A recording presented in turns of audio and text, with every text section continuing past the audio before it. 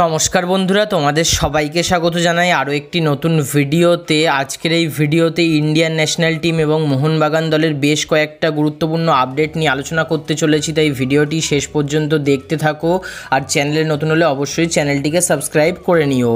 So Indian national টিমের যদি কথা বলি তাহলে 22শে মার্চ এবং 26শে মার্চ কিন্তু আফগানিস্তানের বিরুদ্ধে ওয়ার্ল্ড কাপ কোয়ালিফায়ার্সের ম্যাচ রয়েছে এবং এই ম্যাচের জন্য কিন্তু ইন্ডিয়ান টিমের কিন্তু স্কোয়াডও অ্যানাউন্সমেন্ট হয়ে গিয়েছে, যেখানে আমি ফুল স্কোয়াডের লিস্ট কিন্তু তোমাদের স্ক্রিনের উপর দিয়ে দেবো। তোমরা অবশ্যই পজ করে একবার দেখে নিও। এবং মোহনবাগান দল থেকে কিন্তু 8 জন প্লেয়ার সুযোগ পেয়েছে। তারা হলেন বিশাল কায়েত, শুভাশিস বোস, আনোয়ার আলী, অনিরুদ্ধ থাপা, লিস্টন কোলাসো, সাহাল আব্দুল সামাদ, দীপক টাংরি এবং মানভীর সিং। সো ভারতের জন্য কিন্তু অবশ্যই এই দুটি ম্যাচই খুবই গুরুত্বপূর্ণ ম্যাচ এবং আশা করছি যে এই দুটো ম্যাচ থেকেই কিন্তু ভারত 3 পয়েন্ট অর্থাৎ 6 পয়েন্ট কিন্তু তুলে নিতে পারবে। সো তোমাদের কি স্কোর লাইন প্রেডিকশন রয়েছে অবশ্যই কমেন্ট বক্সে কমেন্ট করে জানিয়ে দিও।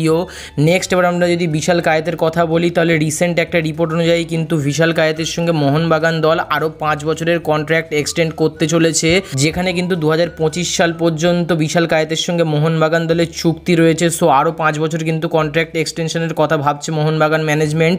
এবার দেখা যাক যে শেষ পর্যন্ত তারা কবে কন্ট্রাক্ট এক্সটেনশন করে। সো তোমাদের মতে এই ডিসিশনটা কতটা ফ্রুটফুল হতে পারে অবশ্যই কমেন্ট বক্সে কমেন্ট করে জানিয়ে দিও। আমার মতে কিন্তু খুবই ভালো একটা সিদ্ধান্ত নিতে চলেছে, কারণ বিশাল কায়েত কিন্তু খুবই ভালো ফর্মেও রয়েছে এবং গত সিজনেও কিন্তু খুবই ভালো পারফরমেন্স করেছে।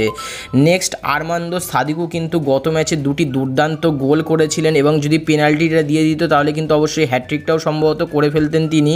সো ম্যাচের শেষে কিন্তু তাকে জিজ্ঞাসা করা হয় যে মোহনবাগান দলের এত ভালো পারফরমেন্সের পিছনে কারণ কি রয়েছে।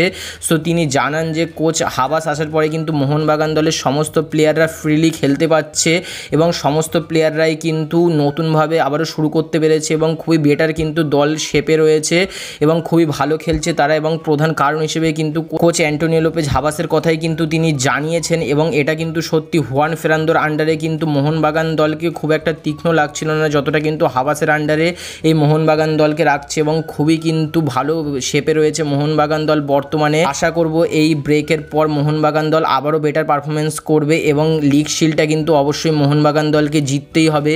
সো তোমাদের কি মনে হয় মোহনবাগান দলের এই টার্ন অ্যারাউন্ডের পিছনে কি কি কারণ রয়েছে অবশ্যই কমেন্ট বক্সে কমেন্ট করে জানিয়ে দিও।